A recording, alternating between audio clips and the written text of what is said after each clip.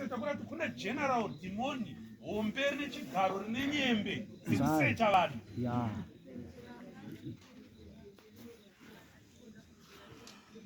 Ukaenda kuma-avenues kuna rimwe dhimoni rinenge riko rinooparaita ririko rechina teritori yaro. Haleluya.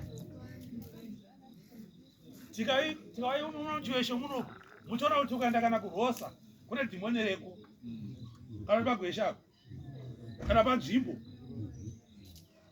Haleluya.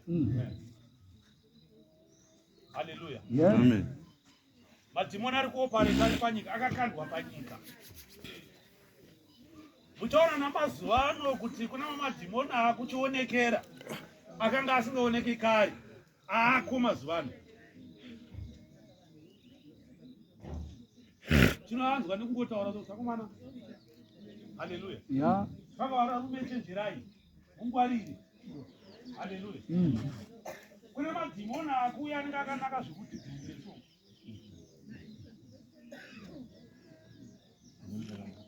noda kati vheso unogomba marechi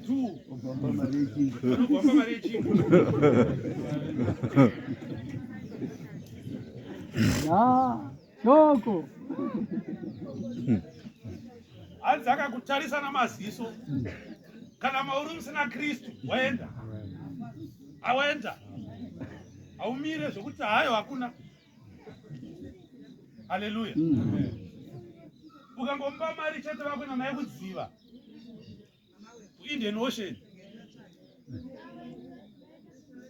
Saka utaura kuti varume vazhinji vakatorerwa pfuma. Vakatorerwa pfuma vazhinji. Ndosaka vamwe asiri kubudirira. Iko zvino chitaura kudai. Haubudiriri kuti mari yako yakatotorwa. Wakatopa akatenda mari yako kudziva. Indian Ocean akatenda nayo. Ndokwairi so. Saka kuna chinobudirira kana wani.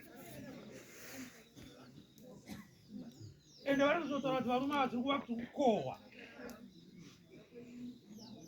Akatopohwa taski chete yekutsvaga varume kuvatorera pfuma dzavo, pfuma ichienda.